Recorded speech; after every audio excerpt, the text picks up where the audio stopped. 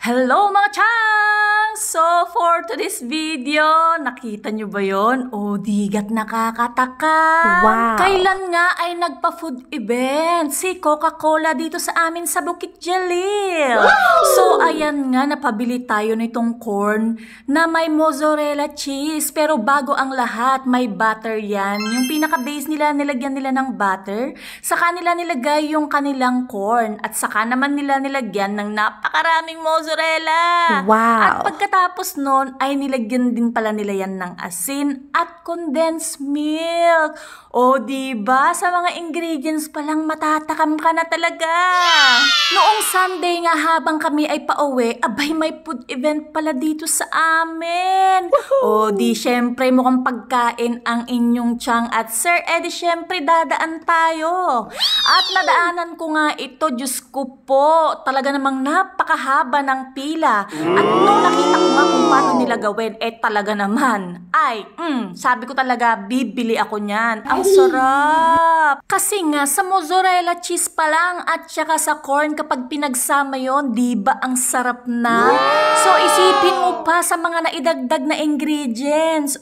Diba? Di lalong sumarap. At napakahaba nga ng pila, kaya abay syempre napapila din talaga tayo. Tignan nyo naman kasi kung paano niya bitin-bitinin yan, Wow! Diba?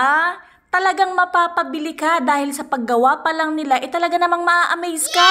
At eto na nga, tikiman time. Kita nyo ba yung ngiti ni sir? Diba ngiting tagumpay na naman? Ano ang hatol mo, sir? Sa sobrang sarap, napapapikit pa siya, mga tiyan.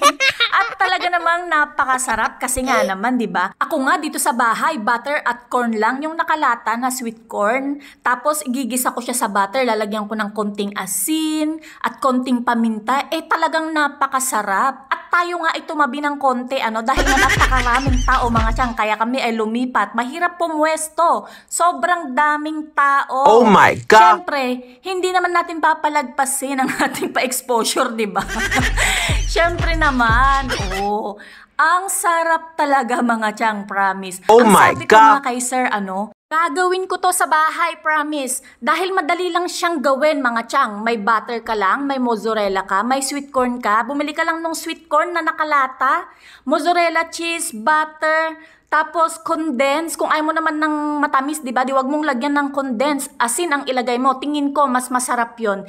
Ito kasing nabili namin yung isang tab na yan, 10 ringgit po 'yan. Pero okay lang kasi mahal po ang mozzarella at saka mahal din ang butter, di ba? Kaya okay lang din. Pasok na pasok siya sa presyo niya, mga tiyang. So, ayun na nga, abangan nyo ang ating paggawa sa bahay, mga tiyang. Dahil ipapakita ko sa inyo yan kung paano gawin.